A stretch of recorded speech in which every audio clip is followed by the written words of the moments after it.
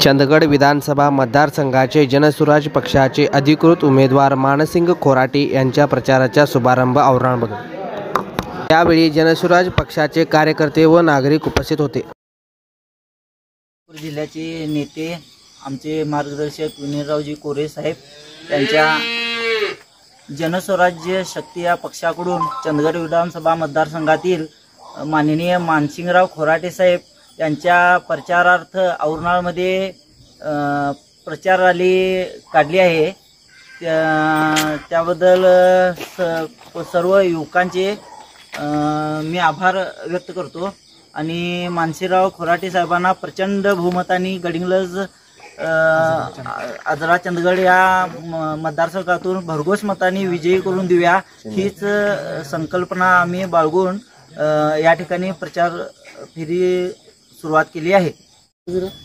आता गेली तुम्ही 10-12 दिवस प्रचारामध्ये आहे, तर चंदगडमध्ये कुणाचं पारडं जड होईल असं वाटतं?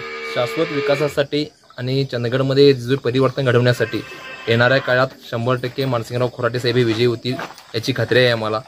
मातब्बर नेते असताना एक बंद पडलेला कारखाना चालू करून 10 वर्षाचा जो बंद पडलेला कारखाना दौलत सरकारी चालू करून लोकांना दाखवून दिलेला आहे की मी काहीतरी करून दाखवू शकतो आणि त्याच्यासाठीच मानसिंगराव खोराटे यांना प्रचंड मताने विजयी करण्याचे आम्ही स्वप्न पाळलेलं आहे। 100% यात यशस्वी होऊ त्यासाठी आज औरंगाबाद येथे प्रचार सभेचं आयोजन केलं होतं, त्यासाठी एक पदयात्रा चालू आहे।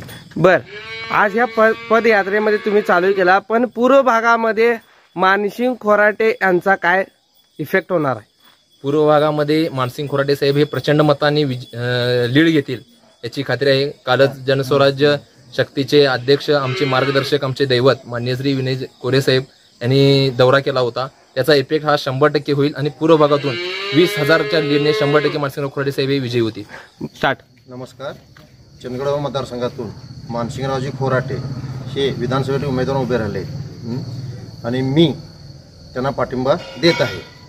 तसेच त्यांचं हे जे महत्वाकांक्षा सगळं त्यांचं व्हिजन बघून काय मला असं वाटलं की त्यांना म्हणजे मदत करावं का, म्हणजे उद्या ही आमची जे गावामध्ये जी मंडळी आहेत तरुण मंडळी वगैरे त्यांना कुठे रोजगार मिळेल आणि कुठेतरी त्यांना कुठं काम मिळेल आणि त्यांनी हे करेल आणि ती महत्वाकांक्षा थोडंसं पूर्ण करू शकतील ह्या हिशोबाने आम्ही त्यांना मदत करत आहोत।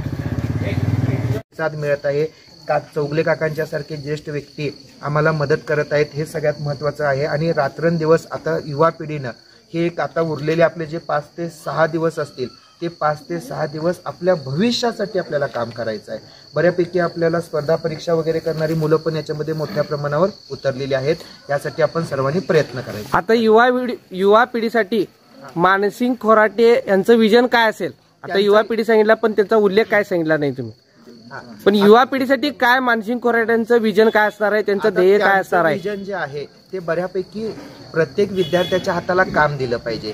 दरवेळेला ही विद्यार्थी जे आहेत ते बेकार गावामध्ये, आज तुम्ही जर प्रत्येक गावची जर परिस्थिती पाहिला तर बऱ्यापैकी 100-150 मुलं अशी हे विदाऊट जॉब वगैरे असं कोणता तरी उद्योग करत असा, तर त्यांना एक उद्योजक बनवण्याचा एक छोटे उद्योग म्हणजे एका मोठ्या उद्योगावर आधारित जे आणखी काही उद्योग असतात छोटे मोठे उद्योग ते युवकांना द्यायचे आहेत। आणि युवकांना एक आता त्यांनी एक परवाच्या काल सावकर आले होते त्यावेळेला त्यांनी एक प्रकल्प पूर्व भागामध्ये सांगितला की आपल्याला टुरिझम आणि त्या टुरिझमवर आधारित जे उद्योग आहेत त्याकडे युवक पिढी वळवायची आहे आणि त्या पद्धतीनं आपल्याला कार्यरत असणार आहेत ते। त्यांचं तेच मोठं विजन आहे की रोजगारावर भर जास्त असणार आहे।